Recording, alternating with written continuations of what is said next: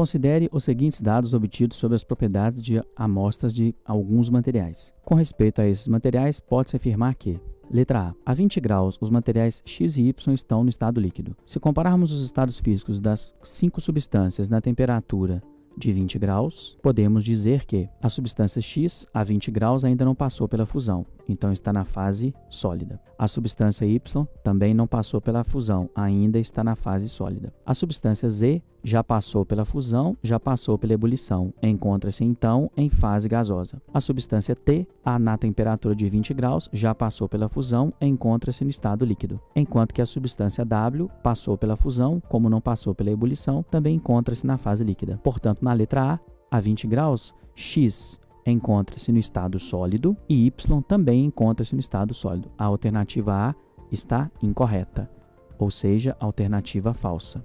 Letra B.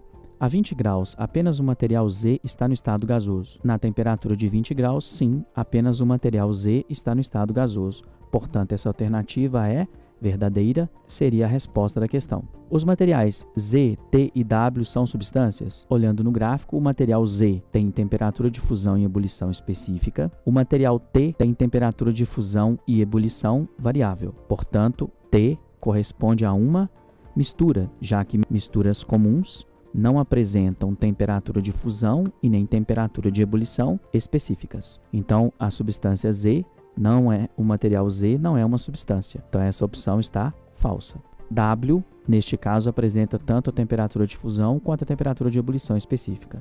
Então, a alternativa C é falsa. Letra D. Os materiais Y e T são misturas.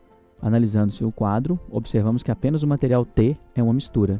Y é uma substância, então a alternativa D é falsa. Letra E. Se o material Y não for solúvel em W, então ele deverá flutuar se for adicionado a um recipiente contendo o material W, ambos a 20 graus. Analisando as temperaturas, teríamos a substância, o material Y está na fase sólida e o material W está em fase líquida. Para sabermos se ele vai ou não afundar, temos que determinar a densidade. Densidade é a relação entre a massa e o volume. Podemos fazer isso para os dois materiais. O material Y, podemos dividir a massa, que neste caso corresponde a 174 gramas, pelo volume ocupado por essa massa, 100 ml. Portanto, a densidade de Y corresponde a 1,74 grama por ml. Essa seria a densidade de Y. Para o material W, se fizermos a densidade ou o cálculo de densidade, a massa de 100 gramas ocupa o volume de 100 ml. Portanto, este material apresenta uma densidade da ordem de 1 grama por ml.